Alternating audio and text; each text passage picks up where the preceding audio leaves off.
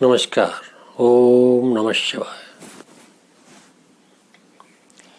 हमारे एक मित्र ने प्रश्न भेजा है कि उनके जीवन में कई बार ऐसे अवसर आए जब वो अच्छे कर्म करते हुए भी, सब कुछ सद्मार्ग पर चलते हुए भी उन्हें दुखों का सामना करना पड़ता है। उस समय उन्हें ऐसा लगा कि वो ईश्वर की पूजा अर्चना आराधना जो करते आ रहे हैं वो सब व्यर्थ है। उनका तात्पर्य है कि ईश्वर है नहीं। इस कारण से अगर ईश्वर होता तो उनके कर्मों का फल उन्हें मिलता, अच्छे कर्मों का, सत्कर्मों का। तो ईश्वर में अविश्वास होने की जो बात है वो क्यों उत्पन्न हो रही है? अगर आप देखें, यदि ईश्वर पर आप अटल विश्वास करते हैं अपने अंतर मन की गहराइयों से, तो निश्चित रूप से आपको कभी भी दुखों का सामना करना नहीं पड़ेगा। जहां तक दुख और सुख के आने का प्रश्न है, ये हमारे कर्मों पर निर्भर करता है। अच्छे कर्म अच्छा फल, बुरे कर्म बुरा फल। इसमें ईश्वर का कोई योगदान नहीं है कि ईश्वर ने आके आपके फल निर्धारित किए हों, ऐसा कुछ नहीं। क्योंकि जो कर्म आप करते हैं वो भी उसका चुनाव आप करते हैं, इसलिए फल भी उसी अनुरूप मिलेगा। ईश्वर ने तो नहीं बोला आपको कि ये कर्म करो वो कर्म करो। आपने अपनी दुनिया बनाई, उस दुनिया में बहुत सारे कर्म आपने क्रिएट किए, उत्पन्न किए और उनको करते जा रहे हैं। जिसमें आपकी अच्छी बुद्धि सद्बुद्धि लगी उसमें फल अच्छा मिल गया, जिसमें आपने बुद्धि का उपयोग नहीं किया बुरा कर्म हो गया। या जब जानते हुए भी बुरा है तब भी आप बुरा कर रहे हैं तो बुरा फल प्राप्त होगा।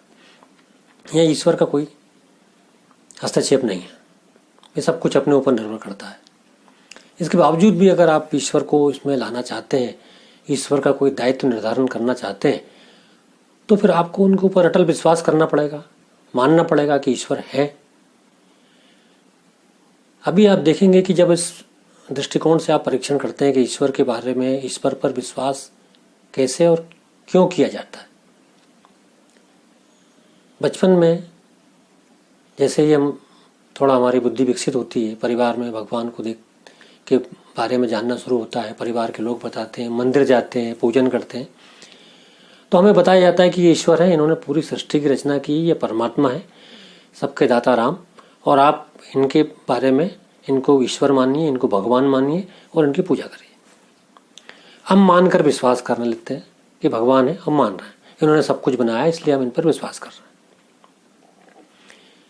हमारी मानवीय प्रवृत्ति ये है कि जब तक हम किसी तथ्य को पूर्ण रूप से जान नहीं लेते, उसको अनुभव नहीं कर लेते, तब तक हम उस पर अटल विश्वास नहीं करते। ये हमारी प्रवृत्ति है। हमारे अंदर एक गुण है जिज्ञासा का, जानने का गुण है। बड़े आश्चर्य की बात है, जो ईश्वर परमात्मा जिसने पूरी सृष्टि बनाई उसको हम जानने का प्रयास ही नहीं करते, सिर्फ मान लेते हैं कि ईश्वर है और हम पूजा करना है और ऐसा करना है। जो तथ्य आपने जाना नहीं है उस पर विश्वास कर रहे हैं आप, तो निश्चित रूप से आपका विश्वास तो कमजोर होगा ही ना, निर्बल होगा। ईश्वर को मानकर विश्वास करेंगे तो विश्वास अटल नहीं होगा। ईश्वर को जानकर विश्वास करेंगे तो विश्वास हमेशा अटल रहेगा। आपको मालूम है आपके पास क्या है, आपका देखा हुआ है, आपका समझा हुआ है, आपका अनुभव किया हुआ है।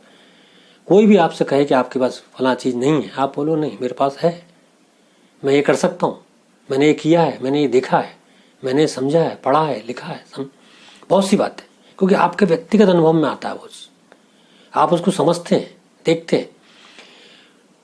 परंतु ईश्वर के बारे में आप कुछ नहीं समझते, बस मान लिया कि ईश्वर है।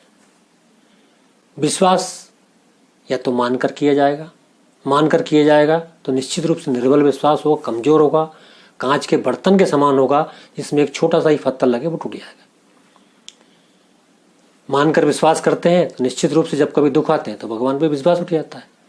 कई लोगों को तो मैंने ये भी देखा है कि जब कुछ ऐसा दुख आता है उनका विश्वास समाप्त हो जाता है, मूर्तियां निकाल के बाहर रख देते हैं जिसकी जीवन भर आराधना की, और आपको मालूम है सृष्टि की रचना उसने की, उसको आप बाहर रख रहे हैं। मतलब आपको विश्वास नहीं है कि परमात्मा यही है। यही तो कारण है, कैसे विश्वास कमजोर हो गया, सोचने की बात है। तो अब एक विश्वास भय के तरीके से भी होता है। बचपन में शुरू से भय दिखा दिया कि भगवान की पूजा नहीं करोगे या ये काम नहीं करोगे, वो काम नहीं करोगे, तो भगवान आपको दंड देंगे। आपको डरा दिया, भयग्रस्त कर दिया। आप भय के चक्कर में भगवान को मानने लगे। कई जो अशिक्षित थे पहले, उनको कुछ तरीके से उनको बता करके इस तरीके से ऐसा होता है, ऐसा होता है, आप ये नहीं करोगे तो वो हो जाएगा, नरक में चले जाओगे, फला हो जाएगा। जो आपने देखा ही होगा, आपने बहुत सी चीज़ें, इनको डरा के विश्वास कराने का प्रयास किया गया। उनके अपने अपने प्रलोभन, अपने अपनी लालच, लोभ रहती है उन लोगों की, जिस कारण से वो करते हैं। पर एक जो तथ्य है कि भय की अवस्था में विश्वास कराने का प्रयास किया जाता है। भय समाप्त, विश्वास समाप्त, कहाँ से रहेगा विश्वास? किसी को कहा कि फला जंगल में एक शेर है, मत जाना। वो व्यक्ति कभी जंगल नहीं गया, पर उसने दूसरे से सुना तो जंगल नहीं गया, डर गया, कभी नहीं जाएगा। उसने देखा नहीं कि वह शेर है कि नहीं, कभी जानने का प्रयास भी नहीं किया। तीसरे को कहता वो कि फला जंगल में शेर है, मत जाना आप। वो बोलता आपने देखा क्या? नहीं मैंने नहीं देखा, मेरे को फला ने बोला, इसने बोला है। उसका विश्वास जब तक रहेगा शेर के होने का, जब तक कि वो जंगल में प्रवेश नहीं करेगा।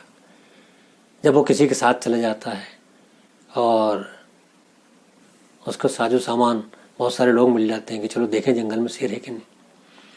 जब वो जंगल घूमता है, मालूम चला वहाँ शेर नहीं है, किसी ने यूं डरा दिया, और वो कई वर्षों तक इसीलिए डरता रहा कि जंगल में शेर है। तो भय से विश्वास हुआ उसको, भय की अवस्था।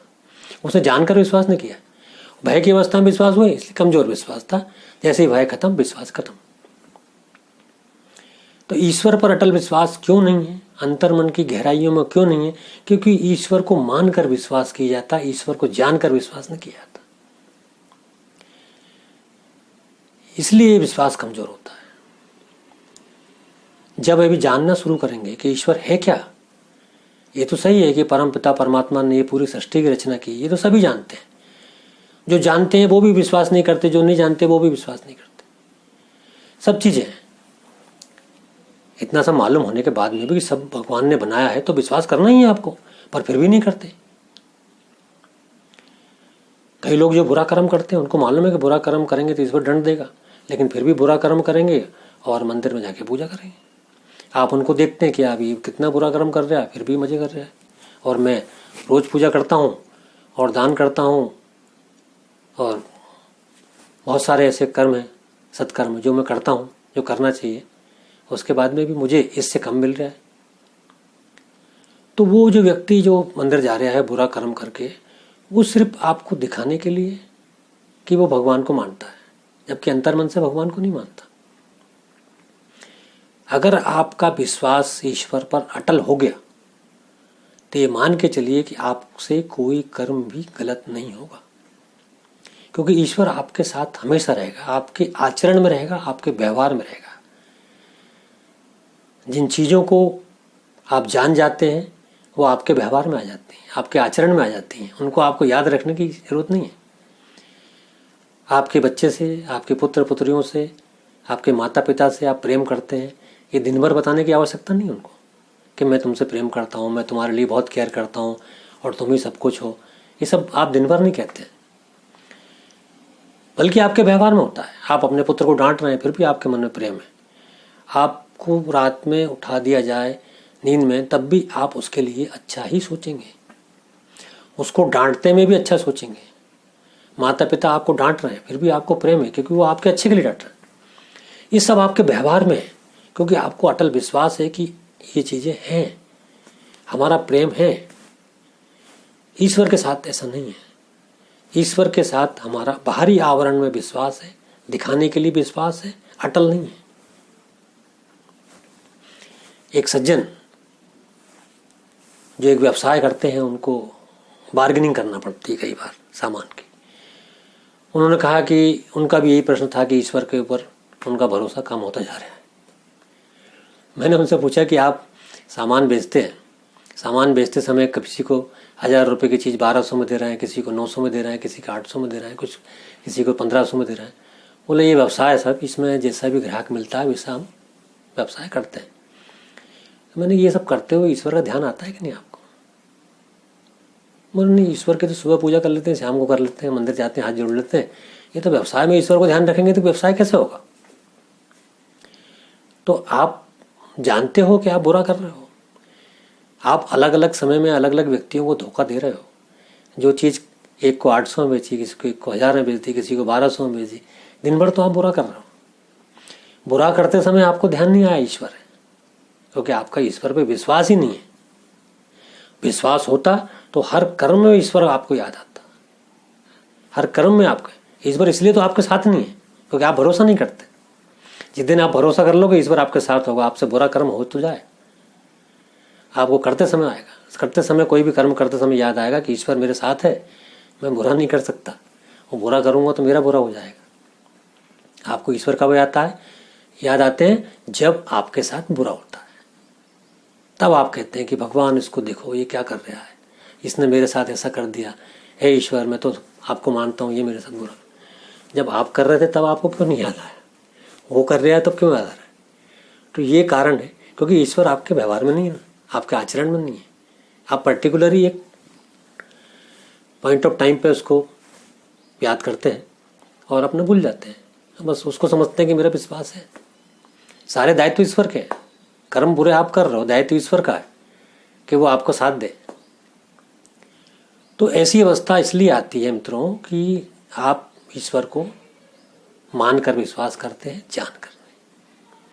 और आप यकीन मानिए, ईश्वर को जानना और पाना सबसे सरल काम है, क्योंकि जिसने पूरी सृष्टि बनाई और उसको आप कहते हैं कि वो लापता, कहीं मिलते ही नहीं है। ये कैसे संभव है?